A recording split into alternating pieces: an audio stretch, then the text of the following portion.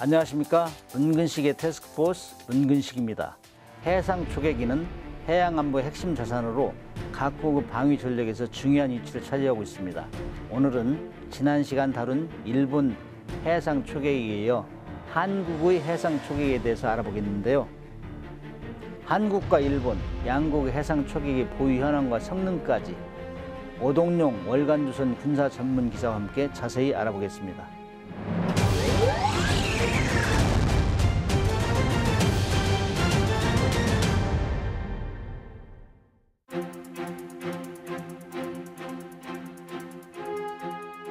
일본하고 우리가 처음에 해상 초계기, 때로는 대잠 초계기라도 얘기하는데 네. P3를 미국에서 도입했어요. 그래가지고 일본은 그거를 운용하다가 자기 독자 개발로 들어갔고, 우리는 지금도 P3를 여전히 사용하고 있고, 최근에 들어서 P8을 도입했는데, 지금 일본하고 우리하고 어떤 해상 초계기 대수 이런 규모가 어떻게 틀리죠?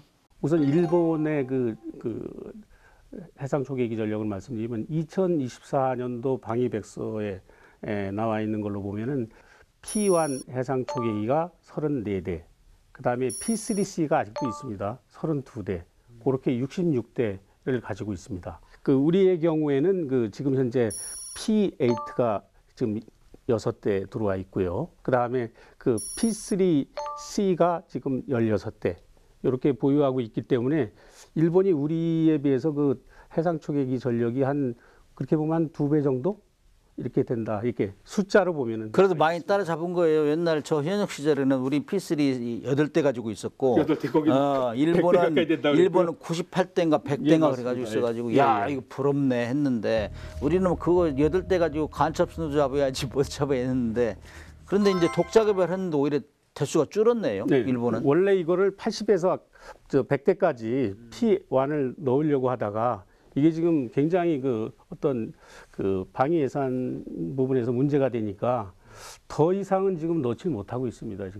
지금 해상 초계기 일본은 P1, P3 경험을 다 있는 것이고, 그렇죠. 우리는 지금 P3를 운용하다가 최근에 이제 P8A를 이제 8대 도입했잖아요.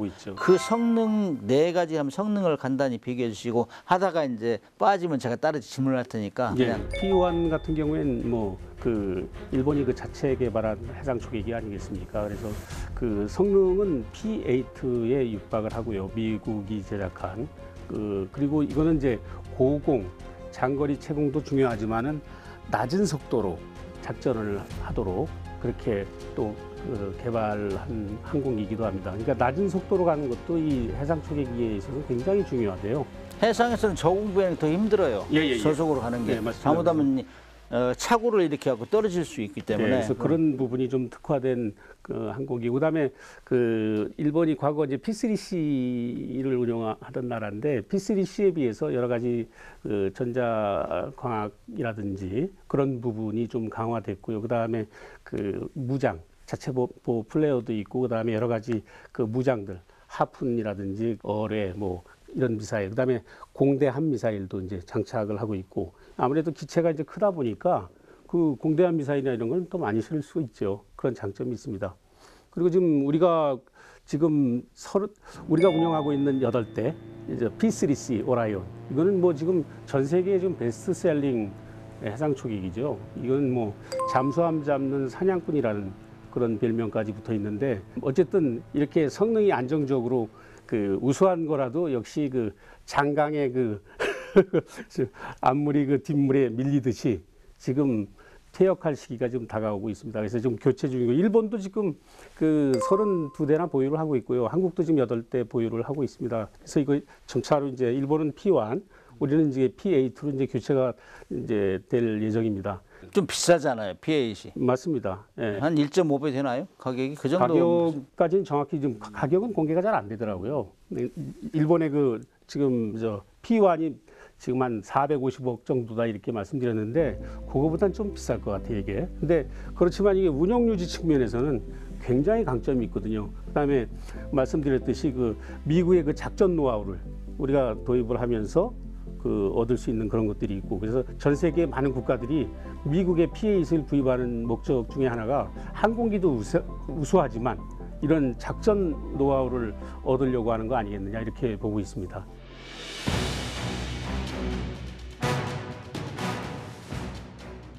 현역 시절에 이제 우리 배 몰고 가다 보면은 일본은 P3가 그때 많았으니까 네. P3가 우리 막 함정에 근접해 가지고 와요. 그러면 막 다 쳐다보고 어떤 때는 소노부의 중간에 떨어뜨린다고 그리고 우리를 탐지하는 것 같아 기분 나빴었는데 네. 실제로 2018년도에는 또 일본 초계기 갈등 상황이 있었죠. 우리 뭐 맞습니다. 구초감에 와가지고 예, 예. 근접해 가지고 거기에 대해서 좀 얘기해 주세요. 예, 2018년도 그 12월 달이죠. 12월 달에 그 우리 광개토 대왕함이 그 대화태 어장 아니겠습니까? 거기 그쪽에서 그 조난당한 북한 선박을 구조하러 이제 출동을 이제 한 상태였죠.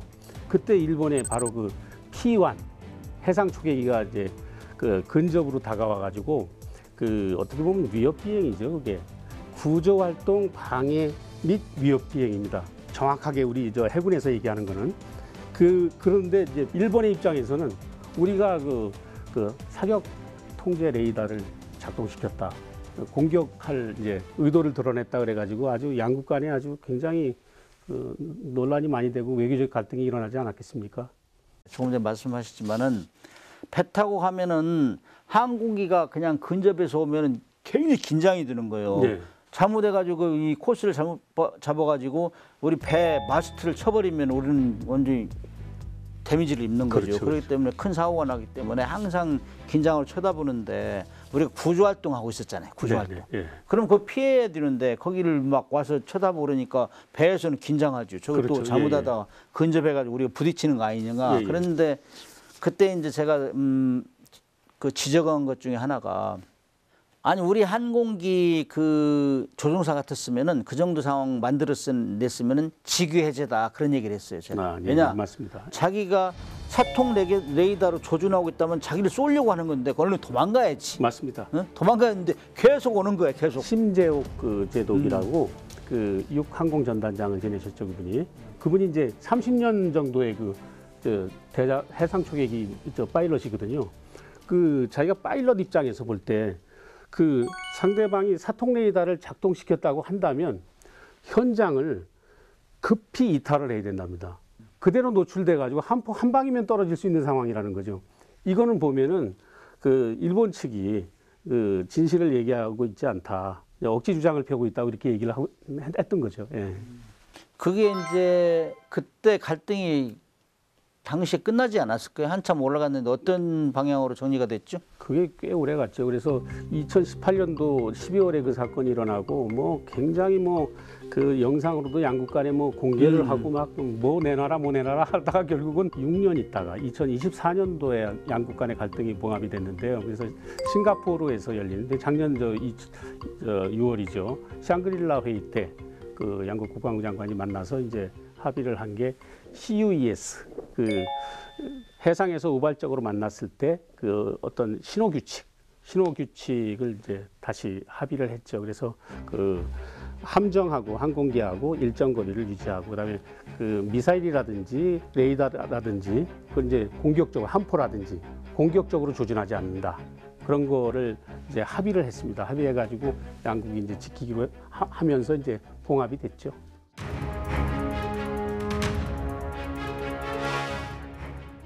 일본은 P1 해상 초계기 개선을 위해서 계속 지금 업그레이드 시키고 있다면서요? 네, 업그레이드 작업을 하고 있는데 전자전기 이런. 네, 전자전기까지 얘기가 나오고 있습니다. 근데 그 전자전기는 제가 생각하기에 좀 무리인 것 같아요. 지금 P1 그 해상 초계기 같은 경우에도 제조 단가가 저렇게 올라가고 그다음에 뭐 해외 수출도 안 되는 상황이니까 저거 한 100대도 안 만들 거 가지고 저렇게 무리할 수가 없을 거고요. 그리고 전자전기 몇 대나 만들겠습니까? 상대적으로 뭐 한 10대도 안 만들 텐데.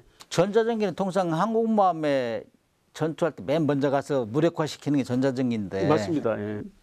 사다 쓰는 게 나을 것 같습니다. 우리가 혹시나 그 벤치마킹에서 우리 따라갈까 했는데 네. 말씀 들어보면은 실패작? 뭐 기술적으로는 실패작은 아니라고 보지만 메인터넌스나 그다음에 수출이나 그러니까 규모의 경제를 이룬다는 측면에서는 일본이 결코 성공할 수 없는 사업이었던 거죠. 지금 P1 초계기가 지금 34대밖에 지금 배치가 되지 않고 있지 않습니까? 그 천문학적인 돈을 투자해가지고 이거를 지금 34대만 생산했다는 거는 이건 좀 어떻게 보면 큰 실패거든요. 그래서 우리도 지금 기술력은 지금 어느 정도 지금 우리도 좀 축적해 가고 있습니다. 우리도 동체를 만들 수 있는 이제 능력을 갖춰가고 있고 엔진도 지금 한화여로에서 노하우를 쌓아가고 있지 않습니까? 그다음 전자장비 그쪽도 이제 굉장히 좀 발달하고 있고 그래서 한번 좀 우리가 해볼 만한 그런 부분이긴 한데 그래서 현재 지금 한국 항공우주 산업이 여기에 대한 좀 계획은 세우고 있는 것 같습니다. 근데 이게 실현되는 거에는 좀 시간이 좀 많이 걸릴 것 같습니다. 규모의 경제를 이룰 수 없다. 네, 그렇게 그렇죠. 얘기할 수 예, 있죠. 예. 이것도 뭐 요즘 무인기가 대세인데 무인기는 싸잖아요. 그리고 그렇죠. 뭐 인원이 안 들어가니까 이제 이 위험도 네. 덜하고 이 분야도 또 무인기 쪽으로 개발이 되는 거 아닌가 이런 뭐 예측은 안 합니까? 뭐 무인기는 이제 어떻게 보면 대세니까 그쪽도 이제 생각을 하겠죠. 근데 미국이 2차 대전 때 함정에서 운영하는 초계 활동을 하는 무인기를 운용을 한 적이 있었거든요. 근데 그때는 좀 실패를 했습니다. 그래서 재미를 못 봐가지고 그 다음에 이제 유인기 시스템으로 이제 간 거 아니겠습니까? S계열, S2 트래커라든지 S3 바이킹이나 뭐 이런 쪽으로 쭉쭉 가다가 넵튠 뭐 이렇게 P계열로 또 올라가지 않았습니까? 그래서 이거는 지금 결국은 무인기는 앞으로 이제 계속 연구할 대상이지만은 여러 가지 이제 AI 시스템이 적용되고 그다음에 P8하고 같이 이렇게 작전할 수 있는 무인기 그런 걸로다가 이제 보조적으로 이렇게 해야 될 것 같습니다. 그다음에 스텔스 기능도 또 추가가 될 것 같고요. 일본이나 우리가 이제 이렇게 해안선이 굉장히 길잖아요. 그래서 비교도 하고 그러는데 요즘 동영상이나 보면은 이런 뉴스가 많아요. 일본이 P1을 왜 개발했느냐 네네. 궁금해서 오늘 모셨는데 지난 시간에 의해서 오늘 말씀 잘 들었습니다. 무조건 국내 개발에 좋은 건 아니다. 네, 그 일본의 P1이 뭐 우리가 생각했던 환상의 해상 초계기는 아니다. 뭐 이런 겁니다. 경제성을 고려하고 수출까지 염두에 둔다면은 그리 좋은 길은 아닌 것 같다. 이런 말씀해 주셨는데 오늘 바쁘신데도 불구하고 나오셔서 감사합니다. 고맙습니다.